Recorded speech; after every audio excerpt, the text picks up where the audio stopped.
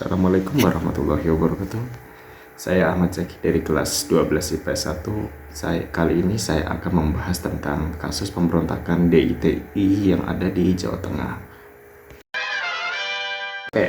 Latar belakang dari pemberontakan DITI yang ada di Jawa Tengah ini diawali oleh faktor kekecewaan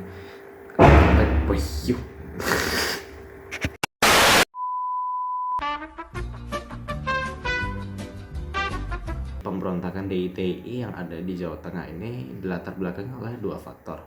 Faktor yang pertama adalah kekecewaan terhadap perjanjian Renville.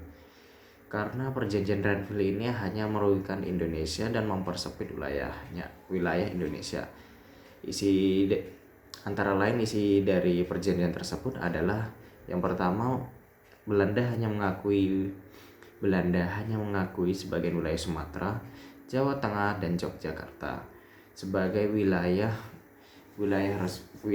Indonesia. Terus Tentara Nasional Indonesia juga harus ditarik mundur dari wilayah Jawa Barat dan Jawa Timur. Salah satu tokoh yang menentang adanya perjanjian Renville ini adalah Amir Fattah. Ia memutuskan untuk bergabung dengan pasukan Hizbullah pimpinan Abu Abbas dan berangkat ke wilayah Brebes yang pada saat itu adalah wilayah Belanda. Di sana ia membentuk pasukan mujahidin yang disebut Majelis Islam. Faktor kedua yang melatar belakangi pemberontakan ini adalah pandangannya yang mirip dengan Kartosuwiryo, yaitu dominasi tokoh-tokoh kiri dalam pemerintahan itu menghambat perjuangan umat Islam. Hal ini terbukti dari pemerintah yang tidak menghargai perjuangannya di Brebes dan Tegal. Juga diangkatnya Mayor Wongso Atmojo sebagai pimpinan militer di Pekalongan dan memerintahkannya untuk menangkap Amir Fattah. Ini menjadi alasan mengapa Amir Fattah melakukan pemberontakan melalui DITI Jawa Tengah. Selanjutnya adalah jalannya pemberontakan. Pada tahun 1950 di Desa Pangarasan, Tegal, Amir Fattah memproklamasikan berdirinya DITI Jawa Tengah yang terafiliasi dengan DITI Jawa Barat. Kemudian Kartosuwiryo selaku pemimpin DITI Jawa Barat mengangkat Amir Fattah sebagai panglima perang dan melancarkan pemberontakannya di Brebes, Tegal, dan Pekalongan. Mereka menyerang pos-pos TNI, polisi, serta melakukan teror di beberapa desa, bahkan sampai membunuh warga dan ulama yang tidak setuju dengan DITI Jawa Tengah. Amir Fattah juga berhasil mempengaruhi Angkatan Umat Islam dan Batalion 426 Kudus Magelang untuk ikut serta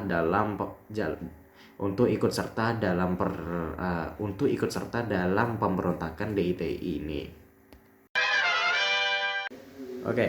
Selanjutnya adalah akhir dari pemberontakan DITI Jawa Tengah.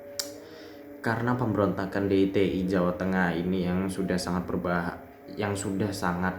berbahaya, TNI akhirnya mengambil langkah tegas dengan melancarkan operasi Gerakan Benteng Negara yang dipimpin oleh Letnan Kolonel Sarbini dan Jenderal Ahmad Yani. Karena Angkatan Umat Islam juga terlibat, Ahmad Yani membentuk pasukan khusus yang bernama Banteng Riders yang terdiri dari prajurit divisi Siliwangi, Diponegoro, dan Brawijaya untuk mengakhiri DITI Jawa Barat. Gerakan Benteng Rider ini berhasil mendesak DITI Jawa Tengah hingga berpindah ke wilayah Jawa Barat. Kemudian pada pertengahan Desember 1950 terjadi pertempuran sengit antara pasukan Banteng Riders dengan DITI Jawa Tengah. Pertempuran ini terjadi di Desa Ciawi, Tasikmalaya, dan terjadi selama 7 hari.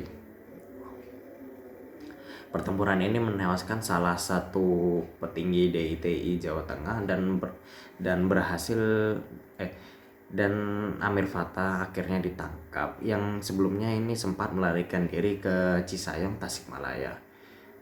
Setelah ditangkap, Amir Fattah dijatuhi hukuman 2 tahun penjara, dan kemudian setelah bebas dari penjara, ia diperbolehkan meninggalkan Indonesia. Setelah bebas dari penjara, ia diperbolehkan meninggalkan Indonesia dan merantau ke beberapa negara. Kemudian akhirnya dia menetap di Korea. Penangkapan Amir Fattah ini menjadi akhir dari pemberontakan DITI yang ada di Jawa Tengah.